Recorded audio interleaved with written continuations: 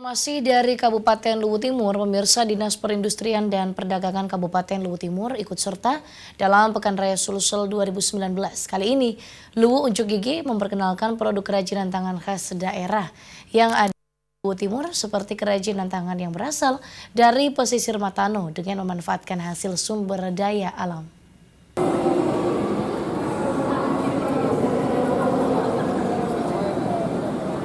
Pekan Raya Sulsel 2019 kembali digelar di Celebes Convention Center Jalan Metro Tanjung Bunga, Kota Makassar.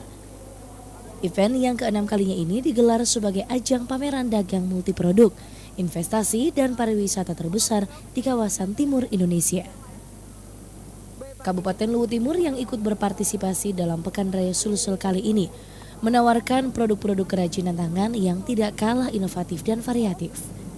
Pemanfaatan sumber daya alam yang ada di Kabupaten Luwu dijadikan sebuah kerajinan yang bisa bermanfaat untuk masyarakat. Kerajinan tangan tersebut mulai dari teduku yang terbuat dari pakisutan yang berasal dari pesisir Danau Matano. Ada juga tempat tisu yang terbuat dari kayu hitam eboni dan kayu jati. Beberapa peralatan rumah tangga yang terbuat dari eceng gondok seperti kursi dan lain sebagainya, hingga cobekan yang terbuat dari kayu jati.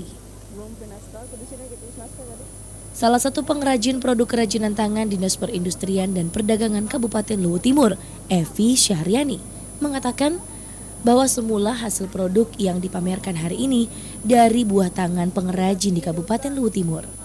Beberapa produk dari pelaku IKM yang kami bawa pada kesempatan kali ini ada kerajinan teduku, hanya ada di kami. Dia diproduksi di pesisir Danau Matano. Nama IKM-nya IKM Waiteo. Bukan hanya produk kerajinan tangan, beberapa makanan juga dipamerkan, mulai dari keripik paria, keripik pisang, dan keripik ubi. Hal ini sebagai bentuk pemanfaatan sumber daya alam di Kabupaten Luwu Timur yang terbilang sangat memadai karena mata pencaharian warga Luwu Timur sebagai petani. Nur Fitri, Celebes TV.